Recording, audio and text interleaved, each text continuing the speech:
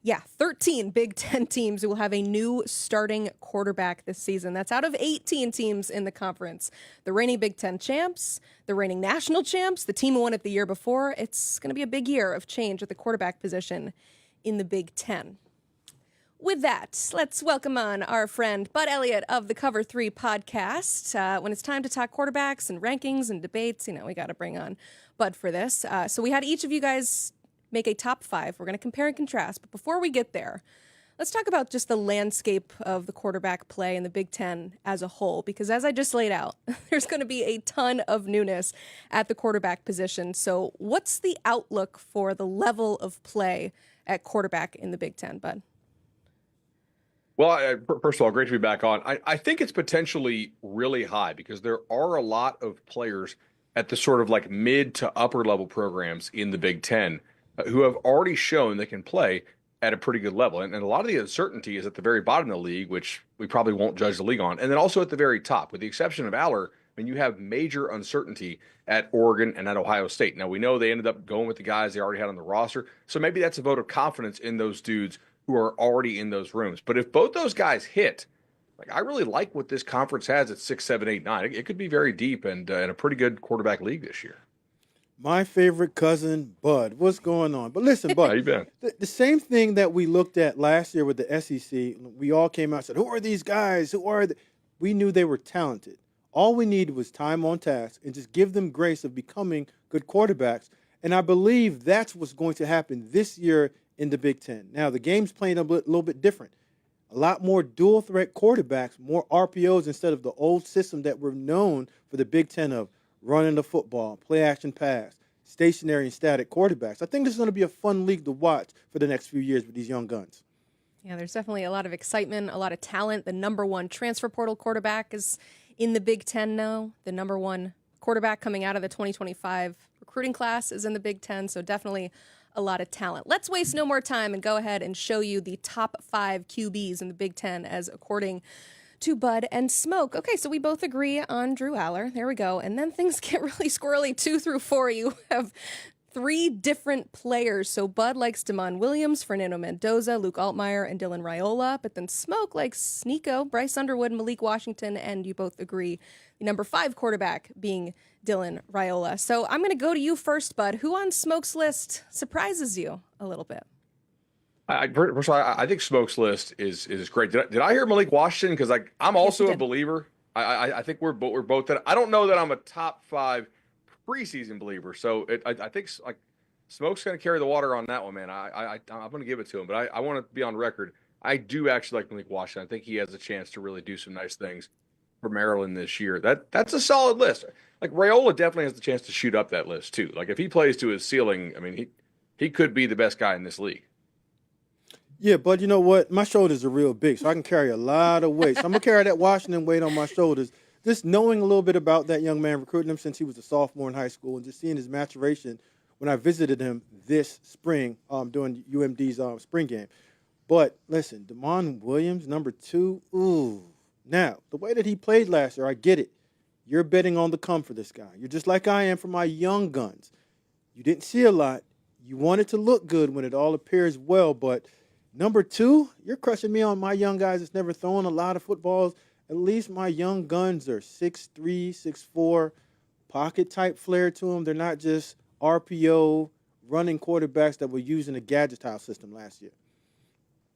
That's fair, but they had 35-year-old Will Rogers on the field at Washington and who had played a lot of college football, and they were still finding ways to they were like, we got to get Damon Williams in the game.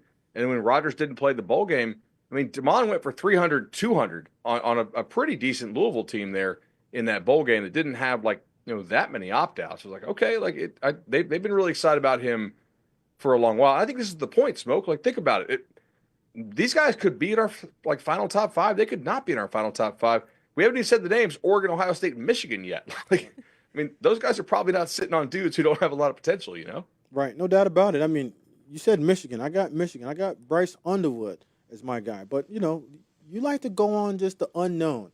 I like to go on the unknown, but forecast and foreshadow a little bit and project in what we're going to do in the top 5 quarterbacks in the Big Ten.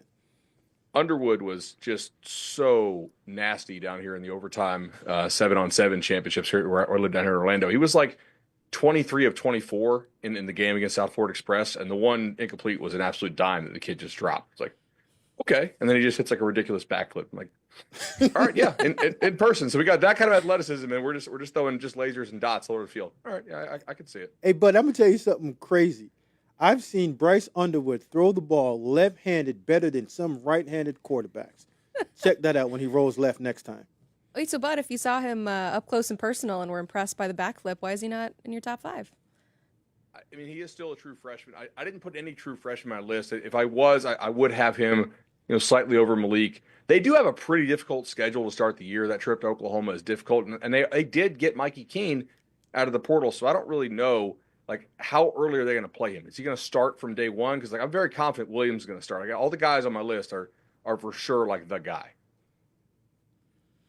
Yes, that's definitely, this would be drafting if we're drafting on potential for sure. But when I look at the Heisman odds, Julian Sayin, number 1 among Big Ten quarterbacks, not on either of your lists. Smoke, I'll let you give your reasoning for not putting the Ohio State presumptive starter on there. Lincoln Kienholz. That's the reason why. We don't know who. And this might just be a dual threat quarterback and just guys swapping in and out early on during the season until they get to about game 5 or 6 to really find out who the guy is. And again, we don't know how Ohio State is going to play. We know they got those dynamic receivers. They've done well enough of patchwork in their offensive line with 2 new left tackles. The running game is always going to be exciting, but we don't know if Julian Sayin is going to be that number 1 quarterback coming out of fall ball. Agree with Smoke there. Like we had Dave Biddle from Bucknuts today on the summer school series on Cover 3, and I asked him, I was like, so would you be surprised if Sayin was not the starter? He's like, yeah, I'd be surprised. Like I don't know if I'd be like completely like shocked. Oh my God, because I think he had a good spring, but maybe not like the most amazing spring they've ever had in the quarterback position in Columbus. So he has to have a strong fall, I think, to really cement himself as the guy that everybody looks to. And then he has to play well this fall. And he easily could be number 1 on this list. I think the Big Ten is fairly deep with potential at the quarterback position, especially in that like top 2/3. So our friend Tyler Chambers on YouTube wants to know how big the gap is between Bryce Underwood as a freshman and guys like Malik Washington and Dylan Raiola. Since Smoke is holding up Washington on his shoulders, how big is that gap? What do you think, Smoke? Well, I think the gap between Malik and Bryce Underwood, athletically, it's marginal. And I know my guy Donovan Dooley's not going to sit here and say, oh, listen, Dooley and the rest of the world, I'm going to tell you. The dynamic play of Bryce Underwood is going to surprise a lot of people, but the dynamic play of Malik Washington, steady, Eddie, impactful plays is going to make a lot of people open up their eyes and believe that, understandingly, Michael Locksley has his Tim Tebow in Terpsville. And I'm going to say it again. What do you think of that, Bud? Well, Tim Tebow, that is a lofty comparison, obviously. I do like Malik Washington an awful lot. I think Underwood does a lot of the things that Washington does, just does them like a little bit better in several areas, right? I think the arm is a little bit better with Underwood. I think the athleticism is a little bit better with Underwood. Now, if you add up all those little bits, you end up getting a decent bit, right? That's why the guy is number 1. But I mean, pretty much every program in the country would be really excited to have Washington as well. I know Maryland, as Smoke said, is super excited to have him. But I mean, like, look what LSU did in the transfer portal up until Underwood left. Like they were all in on that dude, and for good reason, until Michigan just pushed the chips in, right? So he's really, really talented. You know what, Bud? A lot of people always get into the quarterback play by what they do on the football field in terms of their arm and their legs, and how intelligent they are in terms of business decisions and decisions making it with the football. What Malik and Bryce Underwood, how those young guys separate themselves, if you haven't been around them, it's just their interaction, their leadership. And that means I can also recruit out of the portal, into the portal, and also high school players want to play with dynamic playmakers and leadership at the top, especially at the quarterback position, when that guy is ahead and running your entire building.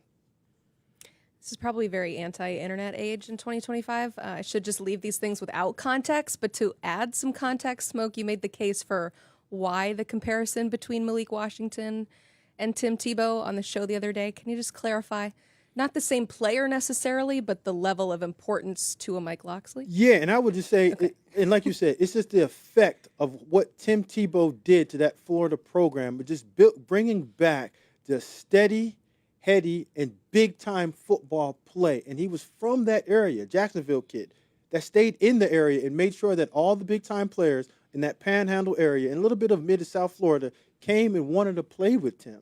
That's the same effect that you're seeing Malik Washington have on that DMV area, knowing that he was a player of the year in Maryland. Played with a lot of kids on that Maryland Heat team. And he's such a charismatic individual. When you get around him and you're talking about young kids wanting to play with a talent like that, yeah, that's easy recruiting. And then when you cut the film on or you see him play, you're saying, wow, I want to play with that. So the effect that I believe he's going to have on Mike Locksley is the same effect that Tim Tebow had on Urban Meyer in that Florida program when they started that entire run with the Gators in the early 2006 period. All right, so national championships. That's what I'm hearing, too, for Maryland. Let's go ahead and pop up the list again. It's fun when we do this in May. Let's assume we're going to do it again at the end of the season. So, Bud, I'll start with you. Who's a quarterback who could shoot up into this top 5 when all is said and done? Oh, shoot. There are so many. I mean, we already talked a lot of Julian Sayin, so I'll go Dante Moore of Oregon. Like, we know Oregon at least investigated some other quarterback options out there before deciding to stay with Dante Moore. They do have a pretty nice receiving core that they feel like they've done an admirable job rebuilding that offensive line. And he had to hold off Austin Novosad, right, who we know that some of the guys on that Oregon coaching staff like a pretty good bit. So I'm going to go Dante Moore, former 5-star kid, was UCLA, and then transferred up to Oregon, sat a year, and we'll see what he learned in that system that they run there at Oregon. I'm going to go with him. See, Bud, you went with Old Faithful. I mean, all of your top 5 guys. I'm going to go with Old Faithful myself. I'm going to go with Billy Edwards, transferred from the University of Maryland to Wisconsin. Just a steady gamer, game manager, but also understands how to play the college game at a high level. And he did help 2 receivers get drafted in the NFL, Ty Felton and Caden Prather. So with Wisconsin going back to the old way of playing football, running the football downhill, play action pass, safe throws, I think Billy Edwards is a guy that can start out with unknown outside of the top 5, but at the end of the year, jump right into that top 5 conversation with the success of Wisconsin football. I thought he was great last year against Indiana, by the way, in the game in which Maryland really could not protect him. That game opened my eyes on him.